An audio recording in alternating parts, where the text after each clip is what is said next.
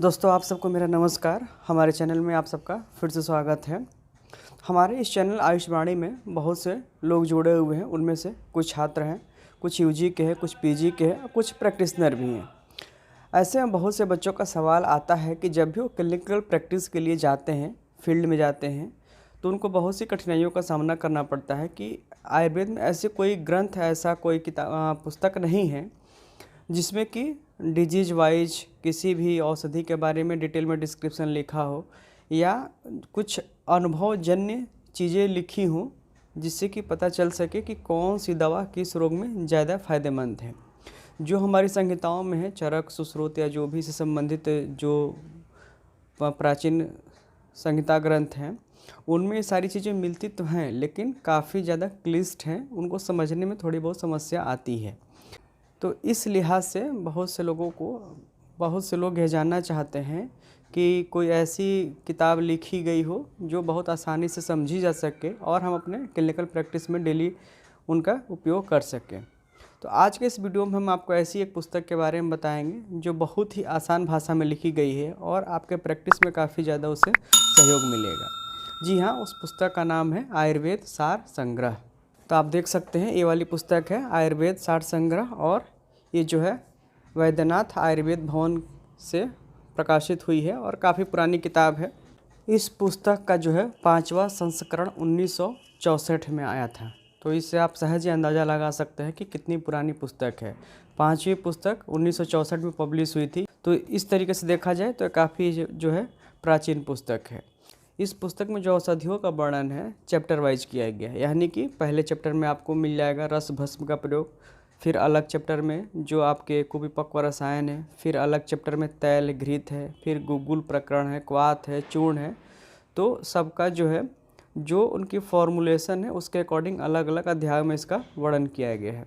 जो सबसे खास बात है कि हर योग में इसमें अनुभवजन्य योगों को लिखा गया है और उनमें थोड़े से भी मॉडिफिकेशन से या आपके अनुपान बदल देने से किन किन रोगों में फ़ायदेमंद होता है उन सब का डिटेल में डिस्क्रिप्शन इस पुस्तक में लिखा गया है।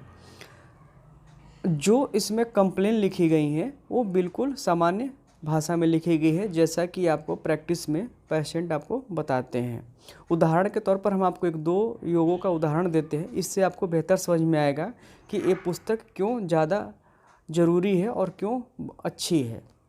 तो जो पहली औषधि है समीर पन्नाग्रस, उसकी हम चर्चा करेंगे कि इस पुस्तक में उसके बारे में क्या क्या बताया गया है।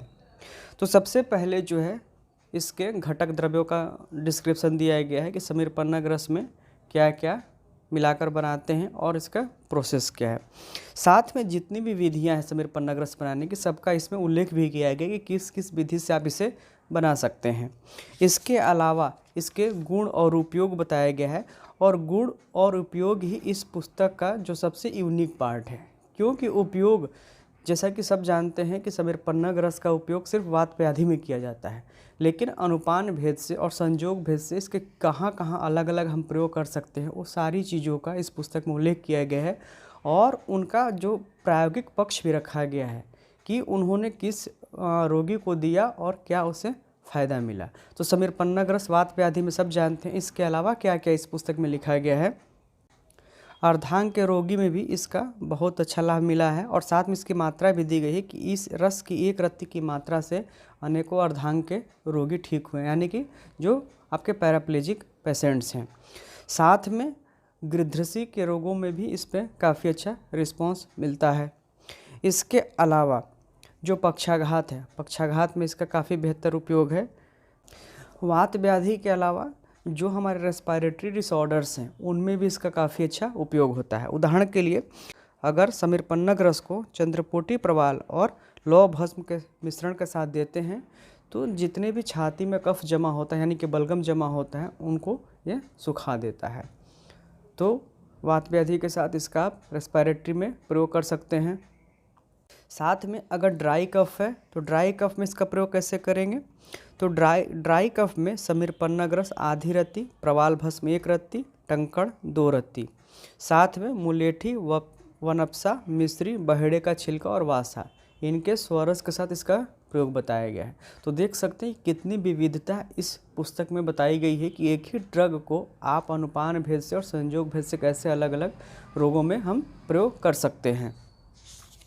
जो तीसरा है कि डायरिया में इसका उपयोग बताया गया है। डायरिया में समीरपन्ना को रस को स्वर्णमाक्षिक भस्म अदरक रस के साथ देने से डायरिया को कंट्रोल करता है। तो इस प्रकार से हम देख सकते हैं कि इस पुस्तक में जो है कितनी डिटेल में हर द्रव्यों के बारे में अध्ययन किया गया है और विशेष रूप से प्रायोगिक अध्ययन किया गया है, यानी कि इन सभी ड्रग्स को पेशेंट्स पे देकर क्लिनिकल ट्रायल किया गया है और जितने भी उसके परिणाम मिले हैं, चाहे सुखद हो या नुकसानदेह हो, उन सभी परिणामों का जो है विस्तार से वर्णन भी किया गया है और अगर दुष्प्रभाव होते हैं तो उसके निवारण के भी उपाय बताए गए हैं।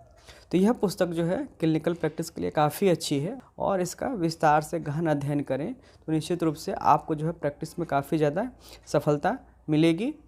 इसी के साथ साथ बहुत बहुत धन्यवाद।